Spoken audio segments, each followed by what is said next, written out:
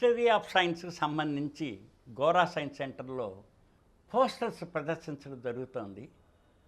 ఇందులో భాగంగా ఇక్కడ మన పూర్వీకులు నిర్మలమైన ఆకాశంలో నక్షత్రాలతో పాటు చాలా వరకు గ్రహాలను గుర్తించారు.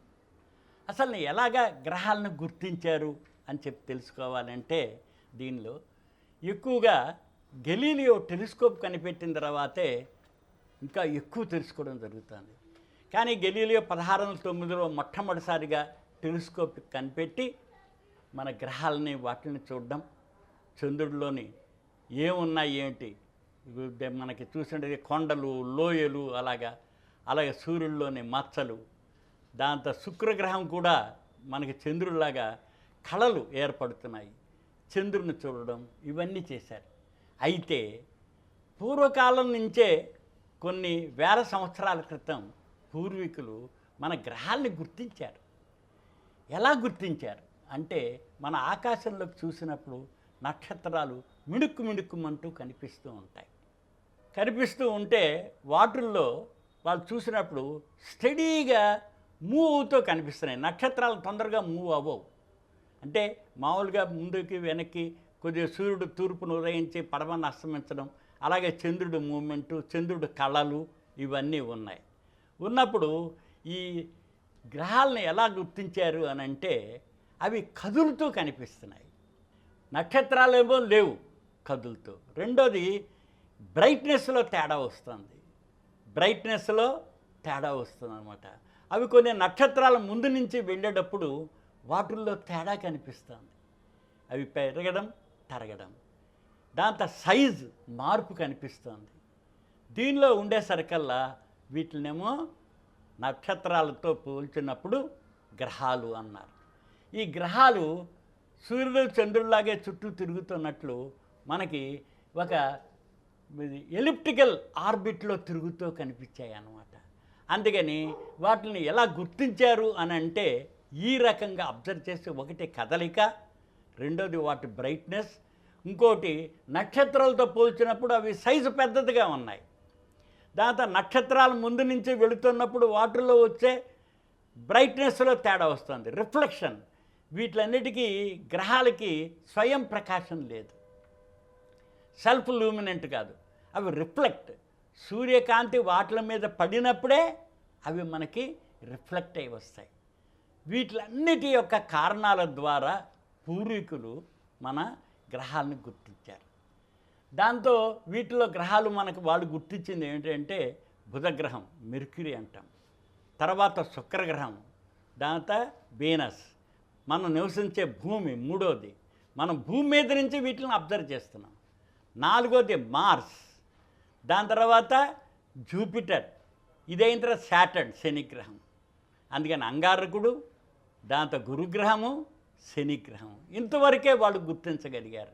తర్వాత అవన్నీ గెలీలియో టెలిస్కోప్ కనిపెట్టి ఆ టెలిస్కోప్లో చాలా అడ్వాన్సులు వచ్చేసి దానిలో అప్పుడు ఉన్నప్పుడు ఇక యురేనస్, నెప్ట్యూన్, ఇంకా మిగతావి ప్లూటో ఇలాగా చేశారు. గ్రహం కాని గ్రహం ప్లూటో, అక్కడ ఎందుకంటే ఖైబర్ బెల్ట్ అంటారు, అందులో కూడా అలాంటివి ఇంకా సిమిలర్ వస్తువులు ఉన్నాయి. అందుకని ప్లూటోని గ్రహాల నుంచి తొలగించారు. అది ఒకసారి మనం తెలుసుకుందాం వేరే ఎపిసోడ్లో వాటిలో. ఇప్పుడు గ్రహాలు గుర్తించడానికి మెయిన్ కారణం అవి ఆకాశంలో కదులుతూ ఉండడం, వాటి యొక్క బ్రైట్నెస్లో మార్పులు రావడం, అపారెంట్ బ్రైట్నెస్ పెరగడం, నక్షత్రాల ముందు నుంచి వస్తున్నప్పుడు ఇవి ఎలిప్టికల్ ఆర్డర్లో తిరగడం, దాంతో రెగ్యులారిటీ ఉంటుందన్నమాట. అందుకని అవి కూడా సూర్యుడితో పాటు సూర్యోదయం, సూర్యాస్తమయం సమయాల్లో మనకు కనిపిస్తూ ఉండడం, ఇవన్నీ దానిలో చూసినప్పుడు మనకి ముందుగా చంద్రుడి తర్వాత బ్రైట్గా ఉండేది మనకి శుక్రగ్రహం.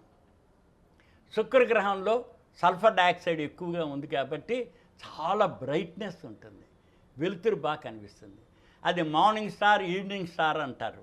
అది సూర్యోదయం, సూర్యాస్తమయాల టైంలో మనకి చాలా ఎక్కువగా కనిపిస్తుంది అన్నమాట.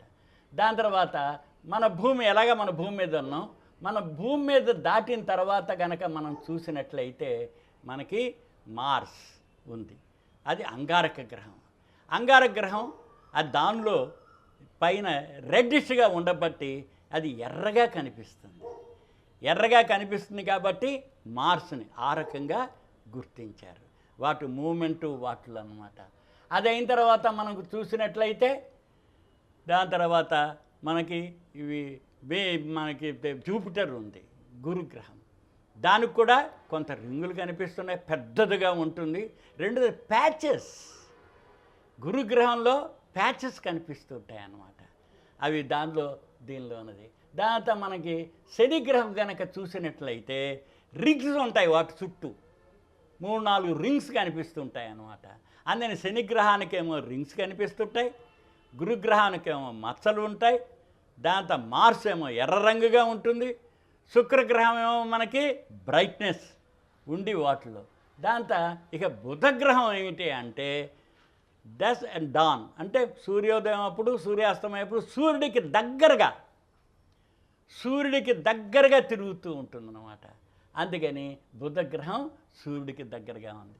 ఈ రకంగా గ్రహాలని పూర్వీకులు గుర్తించి వాటికి సూర్యుడికి దగ్గరగా ఉన్న బుధగ్రహాన్ని, తర్వాత మనకి బ్రైట్గా ఉన్న శుక్రగ్రహాన్ని, దాని తర్వాత మనం నివసించే భూమి, మనం అక్కడి నుంచి అబ్జర్వ్ చేస్తున్నాం కాబట్టి, తర్వాత వచ్చేసరికల్లా మార్స్ అంగారకుడు, తర్వాత గురుగ్రహం జూపిటర్, శనిగ్రహానికేమో సర్కిల్స్ మనకి వలయాలు ఉంటాయి. దాని తర్వాత గ్రహం లోపల చాలా పెద్దది, సూర్యుడి తర్వాత పెద్దది మనకి జూపిటర్ అన్నమాట. మిగతా అన్నీ కూడా ఈ రకంగా గ్రహాలని పూర్వీకులు గుర్తించారు. తర్వాత స్టేజ్లో మనకి గెలీలియో టెలిస్కోప్ కనిపెట్టిన తర్వాత టెలిస్కోప్ నుంచి టెలిస్కోపులు అభివృద్ధి పరిచేది. ఇప్పుడు రోజుల్లో మనకి మోడర్న్గా కనుక చూసినట్లయితే మనకి హబుల్ టెలిస్కోప్ వచ్చింది, దాని తర్వాత జేమ్స్ వెబ్ టెలిస్కోప్ వచ్చింది. మోడర్న్ టెక్నాలజీ అభివృద్ధి చెంది మనం బియాండ్ ఎర్త్ అట్మాస్ఫియర్ పెడుతున్నాం. ఇవన్నీ మనం ఎర్త్ అట్మాస్ఫియర్లో అబ్జర్వ్ చేసాం. అందుకని చాలా వరకు ఎర్త్ అట్మాస్ఫియర్ అబ్జర్వ్ చేసేసుకుంటూ ఉండేది ఈ లైట్నింగ్ అన్నిటినీ. కానీ ఎప్పుడైతే మనం దాంతో మనం సెటిలైట్స్ పంపించి ఇంతవరకు మనం చంద్రమండలం మీద కూడా కాలు పెట్టాం, 24 మంది వెళ్ళారు, 12 మంది దిగారు.